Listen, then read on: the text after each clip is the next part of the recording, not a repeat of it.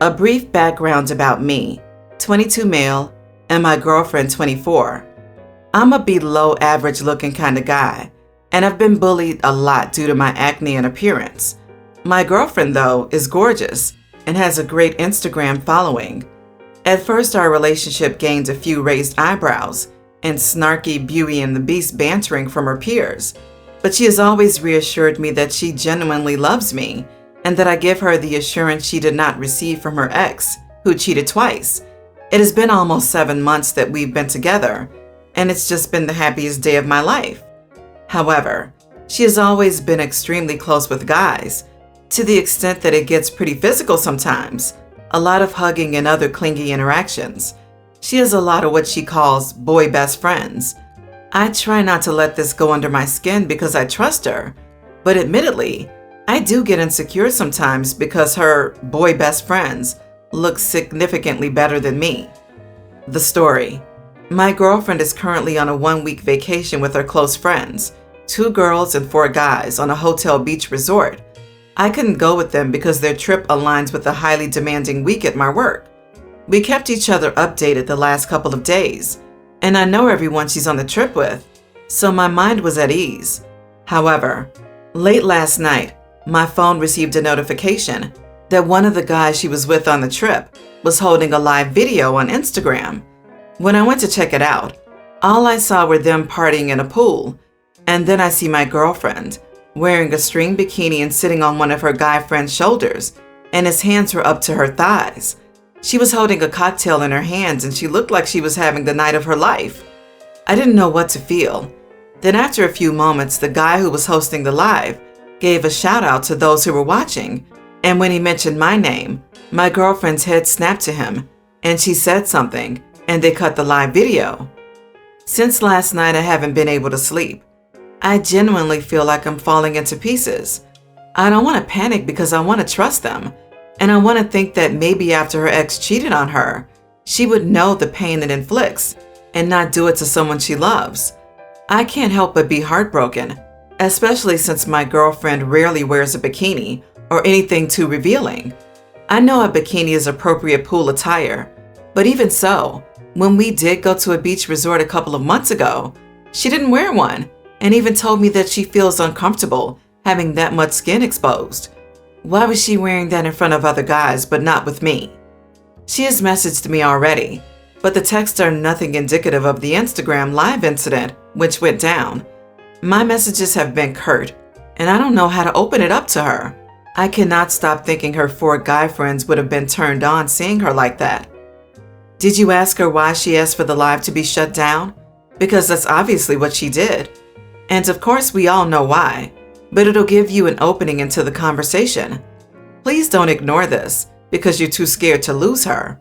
Losing self-respect for yourself is way worse. Tell her you weren't comfortable with what you saw and ask for honesty when she gets back. You deserve more than someone who'll always be seeking attention outside of your relationship. Nah, she'll just lie about the obvious, produce some crocodile tears, then shift the blame back around on OP, calling him jealous and insecure if he tries standing up for himself. This girl is not worth any more effort. No need for a conversation here. OP knows, or should at this point anyway, what is going on, so just leave and cut contact with her. Here's the thing, my dude. Leaving aside what she wore and where she was sitting, the typical reaction to that shout out should have been her, with a beaming smile calling out your name and how sad it was that you couldn't have been there. 1,000 kisses, yada yada, not her forcing her friend to cut the feed. That, my dude, is way more suspicious than everything else. Agree. I mean, a normal reaction would be, "Hey honey, sorry you're not here, we all miss you." She looked caught and confronted, not epiphanic, and eager to share a message for her boyfriend. This is not what you want in a relationship. She can't maintain boundaries because she thrives on attention. I really feel she settled for OP because he can't cheat on her as her ex did. My dad is married to Emma. Emma has a son, Noah, pre-tween, and a daughter, Lauren, 2 years younger. Emma and my dad have told the kids my dad is their dad, which isn't true biologically. Emma was married before. She and her first husband were going through a divorce when he died, And because Noah and Lauren were young enough not to remember him, and she met my dad so soon after, they decided they never needed to know the truth about their bio dad. She went as far as to move to a state where grandparents' rights are near impossible to get because she doesn't want his family involved either. Not because they were terrible people, but because her first husband was a mistake, and she doesn't want her kids growing up to have any kinds of love or wish for a man she regrets being with. So my dad adopted them, and they've been creating all these stories, like how old photos of their early babyhood were destroyed and no copies were around, and how my dad was there for all their births. It's weird, and I noped out and asked to live with my mom, who fought for that when stuff went down. The problem is the kids think I'm their half-sister, and I refuse to lie, so I'm not around them. I also don't see my dad often. He'll often tell me I should babysit and hang out with them and act like a regular family member. No lie needed. I said, hell no, that I'm not getting into some complicated lie, and I'm not going to act like I held them when they were born and loved them from the time I heard Emma was pregnant with them. Something Emma and my dad have told them. My dad's family all go along with it. I won't. It is also meant in emergencies. I have let them just figure it out. For example, sometimes Emma had missed work or stuff had fallen apart because I wouldn't step in when I was not in school or remote learning. I know the kids are confused about my absence, but I'm not touching it with a barge pole. So here's the deal. My dad and Emma are going to a wedding Saturday. He asked me to babysit weeks ago, and I said no. My grandma told me the kids always ask for me and want me as the babysitter, not them. And I should do it because even if we don't share blood, they are legally my siblings now, and I should be involved. I told them it was not going to happen. My dad then called and yelled at me for saying no, because when he had to tell the kids, they cried and asked why I didn't want to babysit them, and how the hell is he supposed to answer? Am I the idiot? Not the idiot. When the kids reach legal age, I would gift the entire family with those DNA tests. Won't it be fun to learn about our ancestry? I would be that petty because the children are being denied half of the family. Of course, OP could contact their paternal grandparents and arrange a meet and greet. Sure, I'll babysit for you. Why wait that long? They deserve to know as soon as OP is safe. Instead, they're growing up with lies about their real dad and lies about why their sibling doesn't care for them. It's all such nonsense and only for the good of no one. This is one messed up lie that once the kids learn the truth, because they will eventually, it's going to mess them up. Not the idiot. From personal experience, this will damage their relationships irreparably. Stepmom needs to get over herself and tell the girls. Also, have you independently confirmed the death? Have you seen an obituary or death notice? If stepmom is capable of lying to such a large capacity and destroying photos and records, there might be a chance he isn't dead, especially if all contact with any other family is cut entirely off. OMG, this is a really good point. Stepmom could even be lying about her name / the kids' actual names too. Who really knows? So I don't know how you'd even check on this. Also, if those kids ever have medical issues and use your dad's family history for any medical reasons, this could severely affect their treatments and diagnosis. I know this personally from my own mother being unable to access her father's side of the family history due to my grandmother withholding their contact details. My 40 female husband Robert, 45, and I are child-free by choice. I'm an only child, but Robert has a brother, Samuel. Samuel has a daughter, Shelby, who is nearly adult and a senior in high school. Shelby's mom and Samuel split up when Shelby was 3. Samuel has never been a very enthusiastic father and did not file for custody. Instead, he gets visitation and pays court-ordered child support. Several years ago, Samuel told Robert that he wasn't saving anything for Shelby for college. He said she, Shelby's mom, can pay for it out of the child support I send her every month. When I heard this, I suggested that we start saving some money each year in an account for Shelby that we would give her when she was ready for college. We started putting money aside each year, and we invested it well, so now the account has almost $35K in it.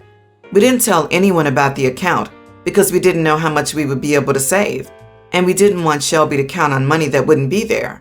I have some chronic health problems, and we thought we might end up needing the money we had saved for Shelby. But I'm doing better, so we are now comfortable giving it to her. A couple of years ago, Samuel lost his job. He looks for a new one, but he didn't seem to be looking very hard. Whenever Robert asked him about it, Samuel would say he would find something when he really needed to, but he enjoyed having some time off. We assumed he was living off of his savings. He got a new job about a year later and has been working that job since. Last month, Shelby started looking at colleges. We decided to tell her about the account because knowing the available money might influence her decision about where to apply. Shelby was very excited, but Samuel hit the roof. He called Robert and screamed at him about how he could have used that money to pay his child support while he was unemployed. Then Robert's mom called and started screaming too. Apparently, Robert's parents were actually making Samuel's child support payments while Samuel was unemployed, even though they're retired and on a fixed income. Nobody ever told us that, and Samuel never asked us for a loan or anything. Instead, he seems really nonchalant about not having a job. Now Robert feels terrible because his parents spent a bunch of money on Samuel while we had $30,000 in a savings account. He says we should have told them about the account and offered to help Samuel out. I pointed out that we didn't know for sure that we wouldn't need the money until recently, and that Samuel could have gotten a job to make ends meet rather than taking money from his parents. Am I the idiot? Not the idiot. That money is for college, not child support. I'm shocked how everyone is giving the brother-in-law a pass for being a deadbeat dad, and nobody's praising you for giving the poor child an opportunity for a better future. Jesus, everyone feels entitled to your money. It's not their place to make you feel bad for a very generous gesture. Stay with your plan. You and your husband are not responsible for his brother. It's not your husband's fault his parents were covering child support payments. They should be mad at your brother-in-law because he was so nonchalant about not having a job. It is unfortunate for them, but not in any way you or your husband's fault. No kidding, they attacked the responsible son in OP who did a lovely thing for their granddaughter, instead of the deadbeat son who was fine with his parents taking on his responsibilities. Do you wonder if mother-in-law/father-in-law enabled Samuel his whole life? This is messed up. OP and husband sound like the responsible, kind people in this family. Glad the niece has them. You are not the idiot, OP. At least Shelby has some family on her dad's side who prioritize her, and it's not her grandparents or father. Your in-laws are adults. They made a choice to enable your brother-in-law. That money is your gift to your niece, not so your brother-in-law can leech off you too. Your husband needs to not infantilize his parents. Your reason for not telling people of the account was justified. Honestly, even if he had asked, I would prioritize the needs of a child over that of an adult who's fully capable of taking care of themselves and chooses not to. I haven't taken my kids on a real vacation since pre-global issue, but now that we're all vaccinated, I want to take them to Disneyland. My brother Jack, whose kids are about the same age, feels the same. Disneyland is expensive. The trip will be about $8,000 for each family in total, but my brother and I have great jobs, so it's not a struggle for us. My sister Jane always talks about how broke and underpaid she is and complains about her student loans. I don't know her salary, but she's a social worker, so I know it's not a ton. Well, my brother and I figured she wouldn't be able to afford it, based on a couple of weeks ago when we brought up the idea of a vacation at a Labor Day cookout. She just went on about how she wishes she could afford a family vacation. Well, since she said she couldn't, we just didn't invite her and planned a trip with our wives and our kids. So this weekend, people were over, and my nephew, Jack's son, brought up how excited he was for Disney, to which Jane asked about it, and the details came out. We had just decided in the last week to go there, and then Jane got all mad for not getting invited. I told her I didn't invite her because she said she couldn't afford a vacation. She then said I was rubbing it in that we make more money and that we could have covered part of her trip and then had a real family vacation with everyone. I just felt like as we're all adults with our own families, we were past the age I'd be subsidizing her for anything that's not an emergency. But then yesterday, she sent a passive-aggressive text about it, basically calling us idiots. Not the idiot. She clearly stated that she doesn't have the funds. She confronts you about not inviting her, And when you remind her of her very own words, she plays the victim. It sure sounds like she only brought it up for the sole purpose of trying to make you feel bad. You're absolutely correct. You're adults with families. We choose our own paths in life, and where some can't afford big trips like this, others can. No one can expect others not to go or flip the bill to include others. Everyone's the idiot here. It's a family vacation, but one family member isn't invited because they're struggling. It would have been nice to ask her anyway and let her figure out if she could afford to go or not. When she found out she was excluded, she shouldn't expect others to fund any part of her trip because they're in a better financial position.